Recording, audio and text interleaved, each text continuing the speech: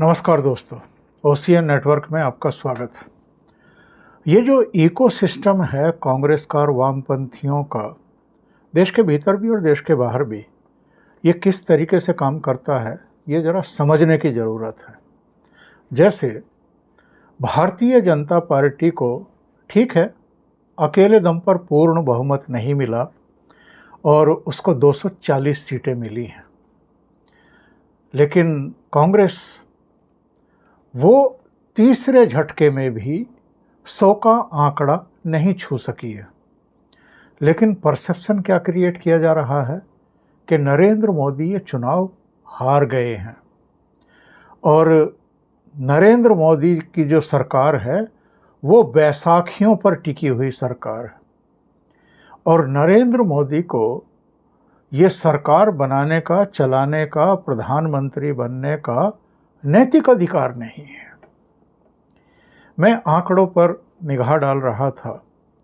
Bharatiya Janata party को 2019 में करीब 21 करोड़ मत मिले थे और इस बार 24 करोड़ मत मिले हैं। 3 करोड़ मत उनके बढ़े हैं करीब करीब। कांग्रेस को करीब 11 करोड़ मत मिले थे, उसके भी 3 करोड़ बढ़े हैं। तो भी भारतीय जनता पार्टी ने 240 सीटें प्राप्त की हैं। 240 सीटें कांग्रेस को 1984 के बाद किसी भी चुनाव में नहीं मिली है, जबकि 1991 में पीवी नरसिम्हा राव कांग्रेस के ही प्रधानमंत्री थे। इसके बाद 2004 में डॉक्टर मनमोहन सिंह कांग्रेस के ही प्रधानमंत्री थे। 2009 में भी मनमोहन सिंह ही बने और 2004 में केवल 145 सीटें, 2009 में केवल 205-6 सीटें। और ये कहते हैं कि साहब मनमोहन सिंह को और पीवी नरसिम्हा राव को तो नैतिक अधिकार था प्रधानमंत्री बनने का, नरेंद्र मोदी को नहीं।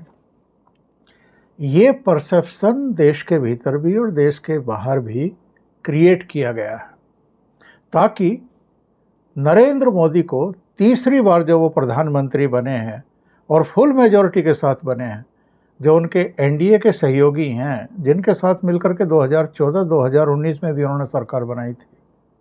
हालांकि भारतीय जनता पार्टी को पूर्ण बहुमत था, इसके बावजूद एनडीए के ही सहयोगियों के साथ मिलकर के सरकार बनाई थी। तो 2024 में भी उन्हीं के साथ मिलकर के बनाई है और पूर्ण बहुमत है। अब उनके पास 300 से ज़्यादा सीटें हैं। 4 जून को जब रिजल्ट आए थे तो 292 सीटें थी एनडीए के पास में, बाद में निर्दलीय भी साथ में आ गए। कहने का आशय ये है कि भारतीय जनता पार्टी की जो उपलब्धि है तीसरी बार सत्ता में आने और तीसरी बार निरंतरता में नरेंद्र मोदी के प्रधानमंत्री बनने की, उस पर एक तरीके से मिट्टी पानी डालने की कोशिश कांग्रेस और पूरा इकोसिस्टम वामपंथियों की जमात करने की कोशिश कर रही है, देश के भीतर भी और देश के बाहर भी।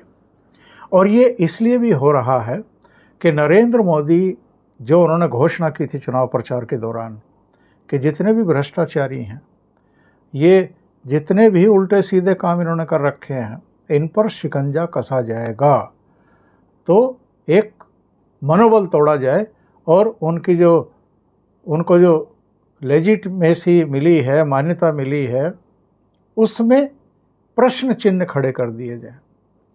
लेकिन आज मैं बात इस बात को लेकर के कर रहा हूँ, एक तरफ नरेंद्र मोदी है, भारतीय जनता पार्टी है, जिसकी 240 सीटें आई हैं, जिसकी केंद्र में तीसरी बार सरकार बनी है और जिनकी, यानी भारतीय जनता पार्टी और एनडीए के सहयोगियों की देश के 20 से ज़्यादा राज्यों में सरकारें हैं। अभी भी 20 से ज़्यादा राज्यों में सरकारें हैं एनडीए की और भारतीय जनता पार्टी की। वो भारतीय जनता पार्टी अभी से जो आने वाले 4 प्रमुख राज्यों के विधानसभा चुनाव हैं, उनकी तैयारियों में जुट गई है। और ये राज्य कौन कौन से हैं? महाराष्ट्र है और हरियाणा है, जिसमें सितंबर अक्टूबर में चुनाव होने हैं। इसके अलावा झारखंड है, जिसमें नवंबर दिसंबर में चुनाव होने हैं। जम्मू कश्मीर है, जिसमें सितंबर में इलेक्शन होने हैं। हरियाणा और महाराष्ट्र के साथ ही इलेक्शन होने हैं। इन चारों राज्यों के लिए भारतीय जनता पार्टी ने बाकायदा प्रभारी नियुक्त कर दिए हैं जो चुनाव की तैयारियां करेंगे।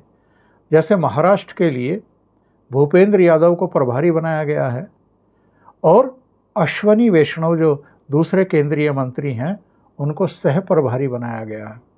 इसी तरीके से झारखंड, जहां अभी झारखंड मुक्ति मोर्चा और कांग्रेस की सरकार है, वहां के लिए मध्य प्रदेश के पूर्व मुख्यमंत्री और केंद्रीय कृषि मंत्री शिवराज चौहान को प्रभारी बना दिया गया है और असम के मुख्यमंत्री हिमंता बिस्वा शर्मा को सह प्रभारी का दायित्व दिया गया है। हरियाणा, जहां लगातार 2 बार से सरकार है भारतीय जनता पार्टी की, पहले 9.5 साल तक मनोहर लाल खट्टर रहे और अब नायब सैनी हैं कुछ महीने से, वहाँ के लिए धर्मेंद्र प्रधान को, केंद्रीय मंत्री को प्रभारी बनाया गया है और विप्लव देव जो त्रिपुरा से आते हैं उनको सह प्रभारी बनाया गया है। जम्मू कश्मीर, जहाँ पर डिलिमिटेशन हुआ है, 370 हटा है और ये वादा किया था अमित शाह ने और प्रधानमंत्री नरेंद्र मोदी ने भी कि जैसे ही सिचुएशन वहाँ नॉर्मलाइज होगी तो हम विधानसभा का चुनाव कराएंगे। मांग तो हालांकि ये भी उठ रही है कि उसे फिर से पूर्ण राज्य का दर्जा दिया जाए, लेकिन पहली प्रायोरिटी जो है वो केंद्र की ये है कि भाई अभी जम्मू कश्मीर में चुनाव कराए जाएं। तो सितंबर में चुनाव कराए जाएंगे। वहाँ के लिए जी किशन रेड्डी को प्रभारी बनाया गया है भारतीय जनता पार्टी का। कहने का आशय ये है कि भारतीय जनता पार्टी किस तरीके से काम करती है उनके इस मूवमेंट से पता चलता है, इस फैसले से पता चलता है। अभी 4 जून को लोकसभा चुनाव के रिजल्ट आए हैं। 9 जून को प्रधानमंत्री नरेंद्र मोदी ने तीसरी बार शपथ ग्रहण की है। उसके बाद वो इटली की यात्रा पर भी हो आए हैं जहां G7 समिट थी और आने के बाद वो लगातार समीक्षा बैठक कर रहे हैं अलग अलग परियोजनाओं की। और भारतीय जनता पार्टी ने समानांतर तरीके से जो आने वाले विधानसभा चुनाव हैं उनकी जो कठिन चुनौतियां हैं उससे पार पाने के लिए अभी से प्रभारियों की, सह प्रभारियों की नियुक्ति कर दी है। जहां स्क्रू ढीले हैं उनको कसना शुरू कर दिया है और आप देखिए कि कामकाज करने का तरीका, जो प्रणाली है, जो प्रक्रिया है, उसमें मूलभूत अंतर क्या है। अब हरियाणा है, हरियाणा में 2 बार से 2014 और 2019 2 बार से वहाँ भारतीय जनता पार्टी की सरकार है और दोनों लोकसभा चुनाव में 2014 में भारतीय जनता पार्टी को 10 में से 7 सीटें मिली थी, 2019 में 10 की 10 सीटें मिली थी। इस बार का जो लोकसभा चुनाव है उसमें उसे 5 सीटें मिली हैं और जिस कांग्रेस का 2019 में खाता भी नहीं खुला था, यानी भूपेंद्र सिंह हुड्डा और उनके बेटे दीपेंद्र हुड्डा भी सोनीपत और रोहतक से हार गए थे, उस कांग्रेस पार्टी की चूँकि इस बार संभावनाएं दिखाई दे रही हैं वापसी की, इसलिए भारतीय जनता पार्टी ने अभी से हरियाणा में अपना काम शुरू कर दिया है। विधानसभा चुनाव में जो नुकसान हुआ है लोकसभा चुनाव में, उसकी भरपाई कैसे की जा सकती है, इसकी रणनीति बनानी शुरू कर दी है। और अब जो इनके प्रभारी हैं, धर्मेंद्र प्रधान हों, विप्लव देव हों, उनके दौरे शुरू हो जाएंगे। चंडीगढ़ से लेकर के और हरियाणा के अलग अलग क्षेत्रों के मीटिंगें शुरू हो जाएंगी। दिल्ली में, हरियाणा में रणनीति बननी शुरू हो जाएंगी। कहाँ कमियां रही हैं, कहाँ गलतियां हुई हैं, 5 सीटें कैसे घट गई लोकसभा की। और चूँकि पिछले चुनाव में, विधानसभा चुनाव में हरियाणा में भारतीय जनता पार्टी को अकेले दम पर पूर्ण बहुमत नहीं मिला था, 40 सीटें आई थी, तो ये भी देखा जाएगा कि इस बार का परफॉर्मेंस उतना बुरा ना रहे कि बिल्कुल जो है ये कहा जाए कि भारतीय जनता पार्टी का सफाया हो गया 2 बार की सरकार बनने के बाद। इसको लेकर के रणनीतियाँ बननी शुरू हुई। इसी तरीके से दूसरा स्टेट महाराष्ट्र, जहाँ 2019 में भारतीय जनता पार्टी और शिवसेना जब इकट्ठा थी तो दोनों ने मिलकर के लोकसभा चुनाव में 48 में से 41 सीटें जीती थी। उसके बाद विधानसभा चुनाव में भी दोनों साथ मिलकर के लड़ी थी। तब उद्धव ठाकरे साथ थे, शिवसेना संयुक्त थी और दोनों को जनादेश मिला था, 167 सीटें मिली थी। बाद में शरद पवार कांग्रेस ने एक गेम खेला कि देवेंद्र फडणवीस को निरंतरता में दूसरी बार मुख्यमंत्री बनने से रोका जाए, और उसमें वो कामयाब हुए किसी हद तक, और उद्धव ठाकरे को तोड़ लिया, गठबंधन तोड़वा दिया, उनको चीफ मिनिस्टर बनाया, और वो दोनों भी जो हारी हुई पार्टियां थी उनकी सरकार में हिस्सेदार बन गई। लेकिन वहाँ पर रिजिम चेंज हुई। करीब 2-2.5 साल बाद उद्धव ठाकरे की सरकार गिर गई और शिवसेना में एक बड़ी फूट हो गई, बगावत हो गई। एकनाथ शिंदे के नेतृत्व में 40 एमएलए और 10 निर्दलीय भारतीय जनता पार्टी के साथ आ गए, और एकनाथ शिंदे को ही भारतीय जनता पार्टी ने मुख्यमंत्री बना दिया।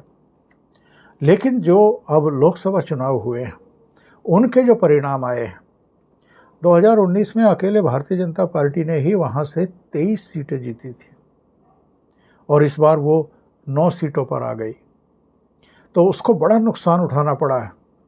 इसी तरीके से जो एकनाथ शिंदे की पार्टी लड़ रही थी और जिसको असली शिवसेना माना गया था चुनाव आयोग के द्वारा भी और सुप्रीम कोर्ट के द्वारा भी, उसको 7 सीटें मिली। इन दोनों को मिलाकर के 16 सीटें मिली, और 1 सीट अजित पवार को मिली, जो अपने चाचा से बगावत करके 40 एमएलए के साथ भारतीय जनता पार्टी के साथ आ गए थे। तो कहाँ तो 41 सीटें जीती थी 2019 में लोकसभा की, और कहाँ ये 16-17 सीटों पर सिमट गए। तो इस बार जो विधानसभा चुनाव हैं, निश्चित रूप से बहुत बड़ी चुनौती लेकर के भारतीय जनता पार्टी के और जो एकनाथ शिंदे और अजित पवार का गुट इनके साथ है उसके लिए है। इसलिए महाराष्ट्र में भूपेंद्र यादव को और अश्वनी वैष्णव को जिम्मेदारी सौंपी गई है, और जाहिर है अमित शाह और जो दूसरी लीडरशिप है, अभी 30 जून के बाद भारतीय जनता पार्टी को दूसरा राष्ट्रीय अध्यक्ष मिलने की उम्मीद है, क्योंकि अब विधानसभा चुनाव में अधिक समय बचा नहीं है और सभी प्रतिष्ठित चुनाव हैं, हरियाणा का हो, महाराष्ट्र का हो, झारखंड का हो, जम्मू कश्मीर का हो, और जनवरी में फिर दिल्ली का भी चुनाव होने वाला है। तो ये 5 राज्यों के चुनाव लगातार होंगे। सितंबर से जो प्रक्रिया शुरू होगी वो नवंबर, दिसंबर, जनवरी, फरवरी तक चलेगी। इसलिए भारतीय जनता पार्टी को अपना नया अध्यक्ष जो है वो तुरंत जुलाई के दूसरे सप्ताह में ही चुनना पड़ेगा, ताकि कामकाज में किसी तरह की बाधा उत्पन्न ना हो। जेपी नड्डा ऑलरेडी जो विस्तारित कार्यकाल था उनका 30 जून को ख़त्म हो जाएगा, उनको नरेंद्र मोदी सरकार में ऑलरेडी कैबिनेट मंत्री बना दिया गया है, स्वास्थ्य मंत्रालय उनको दिया गया है। तो कहने का आशय ये है कि भारतीय जनता पार्टी अभी से तैयारियों में जुट गई है। झारखंड में भी वैसी ही चुनौतियां उसके सामने हैं। झारखंड आमतौर पर भारतीय जनता पार्टी की सरकारें वहाँ रही हैं, तो झारखंड में भी शिवराज सिंह चौहान जो बहुत अनुभवी राजनेता हैं और 4 बार मध्य प्रदेश के मुख्यमंत्री रहे हैं और अब केंद्रीय कृषि मंत्री हैं, उनको जिम्मेदारी सौंपना झारखंड की, और असम के मुख्यमंत्री हिमंता बिस्वा शर्मा को जिम्मेदारी सौंपना, ये बताता है कि झारखंड को लेकर के भारतीय जनता पार्टी का नेतृत्व कितना संजीदा है। और चूंकि झारखंड में एक बड़ा घटनाक्रम हुआ था, उसके मुख्यमंत्री हेमंत सोरेन को ईडी ने गिरफ्तार किया था ज़मीन घोटाले में, मनी लॉन्ड्रिंग के मामले में, तो इसलिए झारखंड मुक्ति मोर्चा भी और कांग्रेस भी वहाँ बैकफुट पर है। हालांकि लोकसभा चुनाव में भारतीय जनता पार्टी को उतनी सीटें, उतनी कामयाबी नहीं मिली जिसकी वो कल्पना कर रही थी, लेकिन फिर भी इतनी भी कम नहीं है, और वो संकेतक है, इस बात का द्योतक है कि झारखंड में उसको कामयाबी मिल सकती है। और जम्मू कश्मीर जहाँ 370 हटाया गया, 35 हटाया गया, वहाँ विकास के तमाम कार्यक्रम जो है वो घोषित किए गए। जिन नागरिकों को अभी तक अधिकार नहीं मिल रहे थे उन नागरिकों को अधिकार दिए गए, वोटिंग के भी और दूसरे भी। वो सारी सुविधाएं उनको भी मिलनी शुरू हुई जो देश के दूसरे राज्यों को मिल रही थी। अमन चैन वहाँ कायम किया गया, पत्थरबाजी ख़त्म हुई, अलगाववाद की जो भावना थी उसको कमतर किया गया और वहाँ पर एक वातावरण बना है। अभी लोकसभा चुनाव में भी भारतीय जनता पार्टी ने जम्मू और उधमपुर वाली सीटें जीती हैं फिर से। हाँ, लद्दाख की सीट उनके पास नहीं रही, इस बार इंडिपेंडेंट एक उम्मीदवार जीत गए। और जो घाटी की 2 सीटें हैं वो पहले भी भारतीय जनता पार्टी का वहाँ प्रभाव नहीं था और इस बार भी उतना प्रभाव नहीं था, इसलिए वहाँ भारतीय जनता पार्टी ने अपने कैंडिडेट नहीं उतारे। लेकिन डिलिमिटेशन के बाद चूँकि 7 सीटें बढ़ी हैं जम्मू कश्मीर विधानसभा में, तो इसलिए जब सितंबर में चुनाव होंगे तो भारतीय जनता पार्टी पूरे दमखम के साथ वहाँ चुनाव मैदान में उतरेगी। तो वहाँ भी जी किशन रेड्डी को जो है प्रभारी बनाया गया है। और जाहिर है जम्मू कश्मीर में तो खुद प्रधानमंत्री और अमित शाह और जो भी भारतीय जनता पार्टी के अध्यक्ष बनेंगे उनका पूरा दखल रहेगा ही और नज़र भी रहेगी।